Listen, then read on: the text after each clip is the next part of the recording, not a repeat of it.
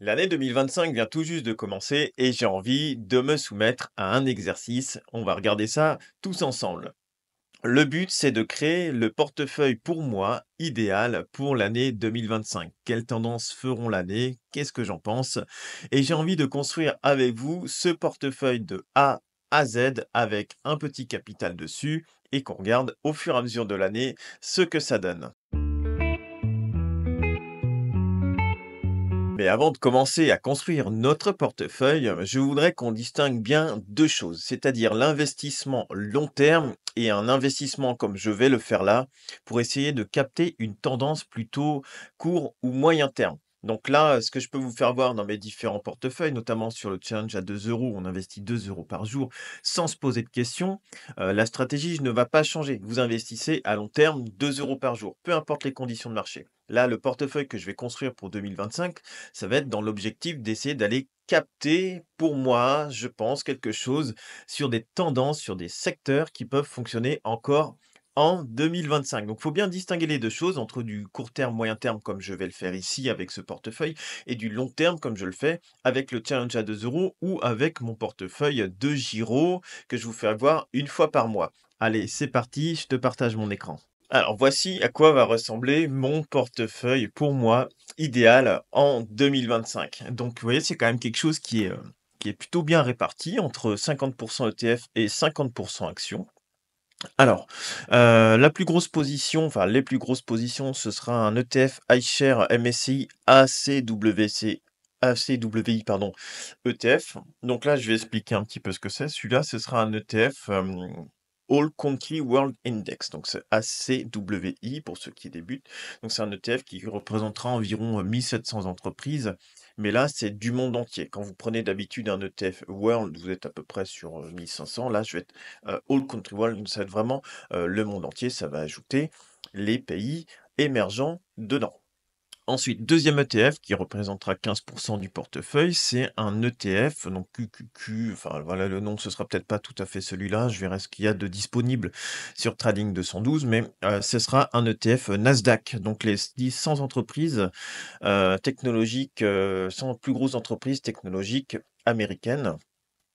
Le troisième ETF, on aura le Global X Uranium ETF. Donc là, ça va être plutôt des sociétés qui vont être en rapport avec le nucléaire et l'uranium. Donc là, c'est une tendance que j'ai envie d'essayer de capter, qui me semble pas trop mal, parce qu'il faut de plus en plus finalement de puissance pour alimenter les serveurs et on se dirige vers plutôt des SMR, donc Small Modular Reactor, donc des plus petits réacteurs qui seront en capacité d'alimenter les serveurs d'Amazon, Nvidia et ainsi de suite. Donc moi, je viens à la base du nucléaire. Donc c'est un domaine que j'ai pratiqué quelques années et je pense qu'il y a quand même quelque chose à faire. C'est une filière qu'on a éteint, nous, en France, au fur et à mesure pendant 15 ans avant de s'en mordre les doigts et de la relancer parce que finalement, c'est peut-être pas si mal que ça.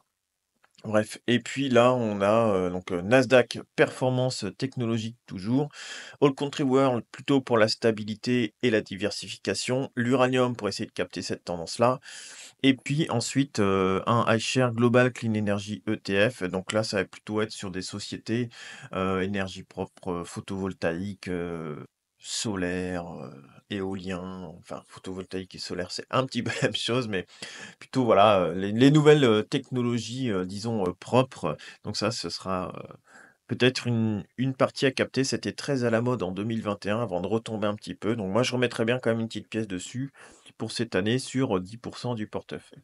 Après, au niveau des actions, on va prendre Nvidia. On va essayer de profiter toujours du momentum de cette action. On va voir si ça fonctionne. Il fera environ 6%.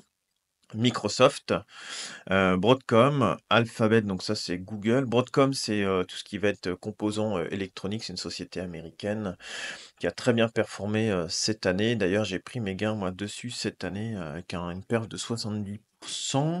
Google, Tesla, bon, je pense que tout le monde connaît Tesla maintenant. Cameco, donc là, c'est une boîte qui fait plutôt, c'est un leader dans le minage d'uranium. Palantir, donc société américaine qui était cotée en 2021, de mémoire, 2020 ou 2021, et qui là est en train de s'envoler ces derniers temps. Donc je sais qu'ils fournissaient par exemple à la CIA des trucs de reconnaissance faciale, tout ça, donc plutôt dans la cyberdéfense, cybersécurité, des choses comme ça. CrowdStrike, c'est dans la cybersécurité aussi.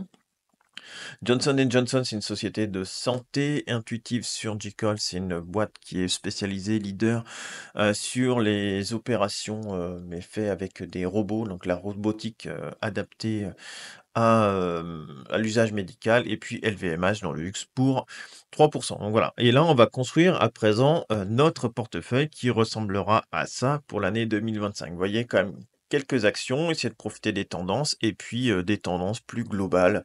Donc on va voir si ça fonctionne. Allez, on va tout de suite sur Trading 212 pour construire ce portefeuille.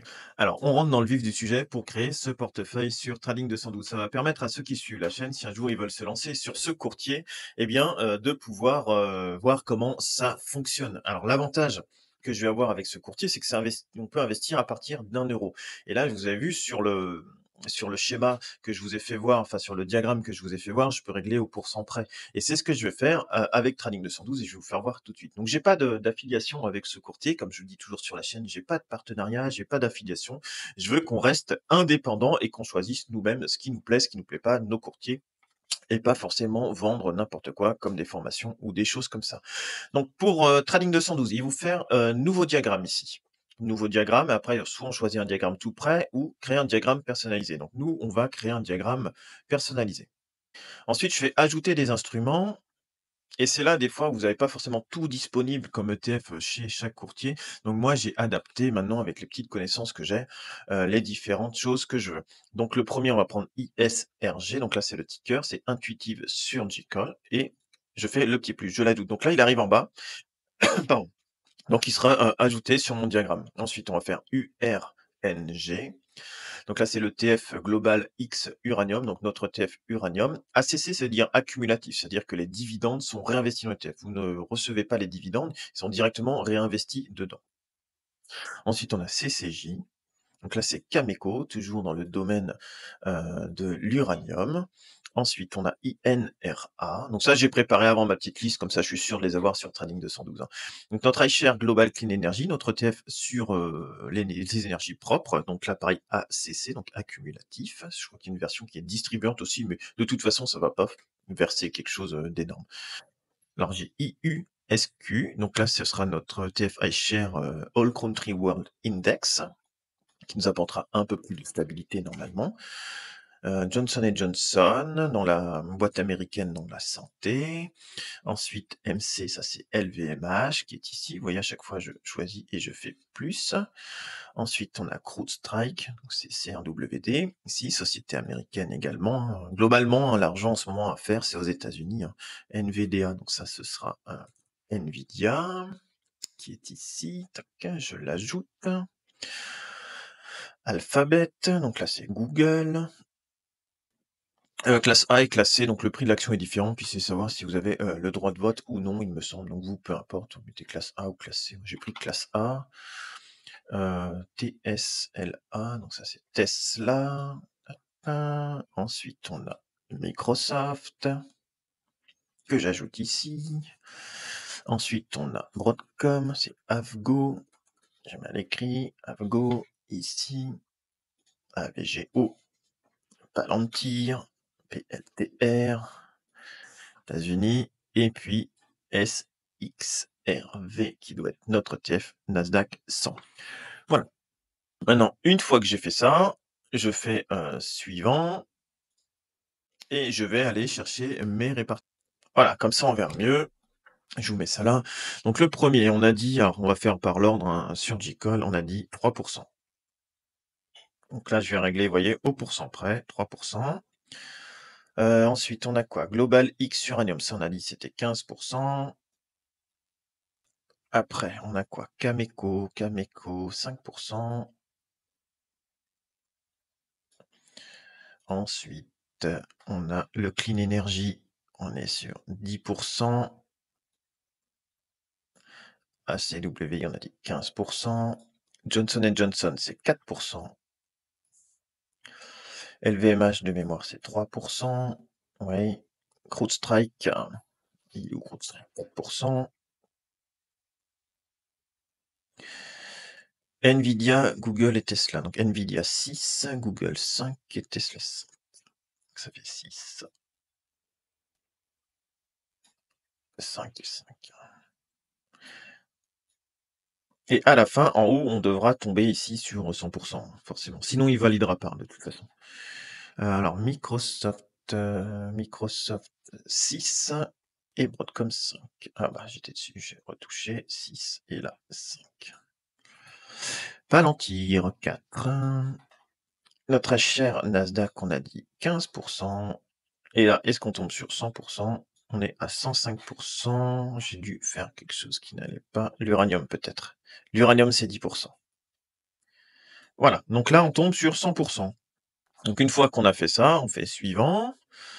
Est-ce que vous voulez investir? Donc moi, je vais investir manuellement. Je fais suivant. Et on va s'appeler, je sais pas, portefeuille idéal 2025. Et hop, on va mettre ça, portefeuille avec un E, c'est mieux. Portefeuille idéal 2025. On va créer notre diagramme. Et là, il est créé. Et maintenant, on a dit qu'on allait mettre 500 € dedans. Vous voyez, on va mettre par objectif, comme ça. Et donc là, on va mettre à chaque fois, il va rester, vous voyez, 15% de la valeur, 15% ici, 10% là, 10% là, dans ce que je lui ai demandé. Donc là, on a globalement le portefeuille idéal avec la répartition qu'on voulait directement dans un diagramme. Et ça, je trouve que c'est vraiment quelque chose qui est très pratique chez Trading 212, c'est qu'on peut régler nos diagrammes comme on veut, au pourcentage près. Et ça, c'est top, quoi. Voilà, frais de FX ici. Donc là, les frais, vous voyez, on va avoir 499,47 € puisqu'on a la taxe sur la transaction financière 4 centimes. Donc ça représentera pour LVMH. Donc pour LVMH, qui est une action française, parce que qu'est-ce qu'on sait faire le mieux en France, c'est taxer et mettre des impôts partout. Eh bien, on est soumis à la taxe sur les transactions financières qui représente 0,3% de la valeur investie. Donc nous, LVMH, c'est donc 3% de nos 500 €, donc on aura 4 centimes de taxe sur les transactions financières qui est prélevée le lendemain. Voilà, si jamais je revendais LVMH dans la journée, je l'achète maintenant, je la revends avant 17h30 ce soir, eh bien là, je n'ai pas la taxe sur les transactions financières qui s'applique. Par contre, si je la garde au moins jusqu'à demain matin, eh bien demain matin, eh bien on aura 4 centimes qui seront gentiment prélevés par l'État français pour la taxe sur les transactions financières. Par contre, tout ce qui va être ETF et actions, les autres, on n'aura pas. Par contre, on aura des frais de FX. Et frais de FX, c'est les frais, 0,15% s'appliquent lors de la conversion entre devises. Parce que là, on va avoir des actions en dollars, donc on va avoir quand même du change à faire. Et puis là, ils se prennent quand même 0,15% de taux de change. Voilà. Ça, il faut le savoir. Il y a toujours ça sur Trading 212. Après, moi, je sais que globalement, quand je garde mes portefeuilles, j'ai des euros et des dollars. Voilà. Ça, c'est dans les options. Vous pouvez régler pour garder, mettons, vous avez acheté du Microsoft, vous revendez Microsoft. Eh bien, la première fois, vous faites la conversion de vos euros en dollars et après, vous gardez, au moment de la vente de Microsoft, ce sera vendu en dollars et ça restera en dollars. Ça évitera à chaque fois de vous taper les 0,15% de frais de change. Voilà. C'est une petite astuce qu'on peut avoir sur Trading 212. Là, je valide ça. Là, il me dit, bah, forcément que ce sera traité quand les marchés seront ouverts, parce que ça va ouvrir normalement dans une dizaine de minutes ici. Et puis, je confirme. Et voilà, donc là, on a notre portefeuille idéal qui est créé. Vous voyez, il vient d'arriver à côté de notre challenge. Il est là. Là, il commence à investir, vous voyez, puisque certains marchés sont ouverts, pour les ETF notamment, et puis pour le marché français. Voilà, on voit que ça commence à investir. Donc là, on a le All Country World qui est acheté, notre Nasdaq, Global X Uranium, on a le Clean Energy qui est acheté. Donc les ETF, c'est souvent en Irlande. Donc là, ceux-là, ils sont achetés. Je pense qu'il y a LVMH, voilà, qui a été pris également. Donc 14,95 €. Et puis le reste, ce sera investi tout à l'heure. Et je vais refaire un point avec vous tout à l'heure. Les marchés étant ouverts, on va pouvoir regarder notre portefeuille idéal 2025. Alors, comment j'ai réglé? J'ai mis objectif, j'ai mis sur 500 € ici. Vous cliquez, j'ai mis sur 500 €. Comme ça, c'est la valeur que j'ai investie à la base de ma poche. Donc là, au début, c'était ouvert un petit peu dans le rouge. On est un petit peu moins. Là, ça nous met dans le vert, mais on a quand même eu les frais de conversion et puis la taxe sur les transactions financières. Donc, on a bien mis 500 € de notre poche. Donc là, on est à 500,06 maintenant. Ça va commencer à bouger parce que les marchés sont ouverts.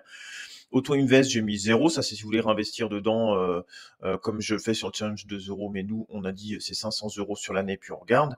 Dividende, réinvestir automatiquement, mais on va le voir, finalement, il y a quasiment rien en dividende, puisque c'est pas le but de générer des dividendes de ce portefeuille. Et puis, donc les avoirs, il nous reste 1 centime qu'on n'a pas pu investir. Des fois, ça tombe pas tout pile, tout pile. Et puis là, on peut voir, on a bien nos ETF, 15%, la répartition. 10% pour celui-ci et puis là, on a investi sur un petit peu, toutes les actions comme, on avait prévu et donc là, c'est parti. Maintenant, il y aura juste à suivre dans l'année. Donc là, c'est pas hyper parlant parce qu'on voit un petit diagramme comme ça, mais c'est pas super parlant. Donc moi, je suis ça, sur la plateforme Invest, donc il y en a d'autres. Moi, j'utilise, Invest.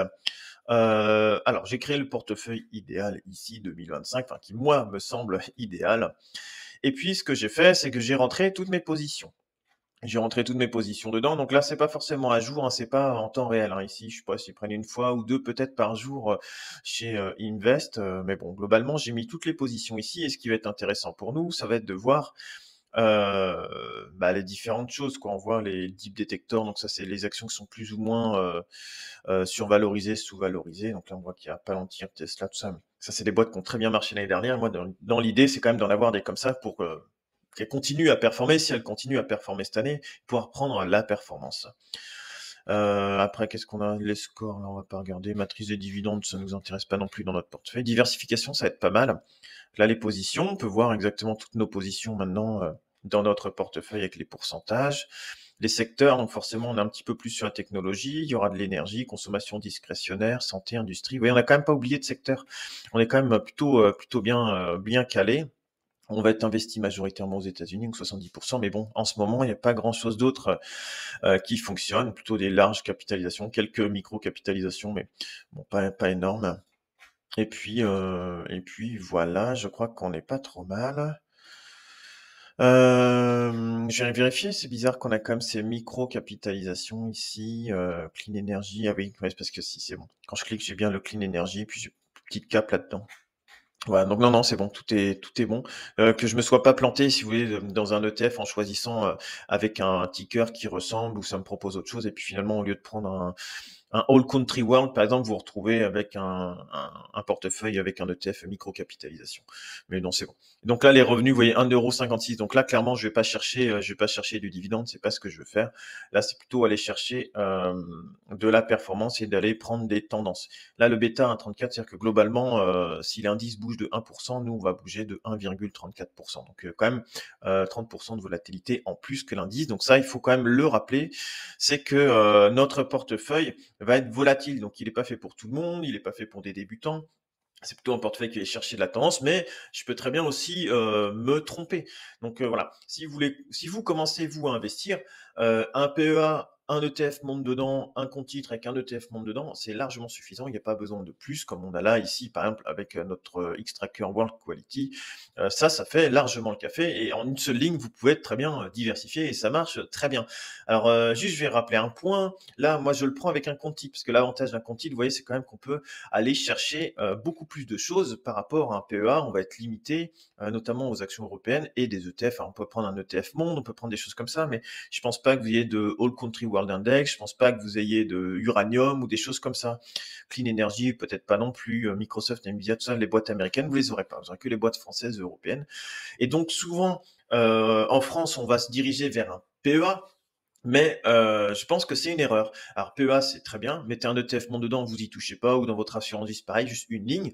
Mais globalement, si vous voulez, vous voyez, par exemple celui-ci, si on prend le Xtracker MSCI World Quality que j'ai, qui moi je trouve fait une super performance pour le moment, eh bien tant que vous le revendez pas, vous n'avez pas de fiscalité. C'est-à-dire que si vous le revendez pas avant 30 ans, vous faites que acheter par exemple 2 € par jour pendant 30 ans, vu que vous vendez jamais, moi je fais des petites ventes ici, mais si vous le laissez en accumulatif ici, parce que c'est un ETF accumulatif, ACC, eh bien vous ne recevez jamais de dividendes, donc il n'y a pas de fiscalité sur les dividendes, vu que vous ne les recevez pas, ils sont remis dans l'indice, et puis vu que vous ne vendez pas de part de votre ETF, eh bien il n'y a pas de cession, donc il n'y a pas de case fiscalité, vous n'êtes pas imposé sur vos plus-values latentes, mais bien sur les plus-values que vous allez acter. Donc le côté fiscalité, si vous voulez, sachant que dans un PEA, il faut minimum 5 ans avant de pouvoir sortir quelque chose, sinon ça reste dans l'enveloppe fiscale, sinon ça clôture votre PEA. Et bien là, dans ce cadre-là, vous voyez, votre compte titre, si un jour vous avez besoin On sait jamais, il y a une tuile, vous pouvez quand même récupérer l'argent, quand vous le voulez en fonction de votre objectif d'investissement. Donc ça, c'est quand même un paramètre à connaître quand on investit dans un compte titres. Tant que vous ne vendez pas, il n'y a pas de fiscalité. Voilà. Donc le paramètre fiscalité dans un PEA, moi c'est un paramètre qui est toujours secondaire pour moi. Voilà, donc je crois qu'on a à peu près fini pour notre portefeuille. On va le laisser, on fera un point de temps en temps sur notre portefeuille idéal sur 2025, voir si on arrive à faire quelque chose de bien, si on arrive à surperformer. Là, on va se baser, nous, contre le S&P 500. Voilà, on va prendre un indice assez costaud, on va voir, même s'il y a une correction, si on fait mieux que le S&P 500 ou pas. Tu trouveras sur le côté 2 autres vidéos qui concernent l'investissement que je partage sur cette chaîne. N'hésite pas à me laisser ton avis sur ce portefeuille idéal 2025 selon moi. Alors à voir si tu le trouves trop risqué, trop diversifié, pas assez diversifié. Est-ce que tu aurais pris ce type d'action ou pas? N'hésite pas à me laisser en commentaire. C'est toujours intéressant d'échanger. N'hésite pas à t'abonner. Salut.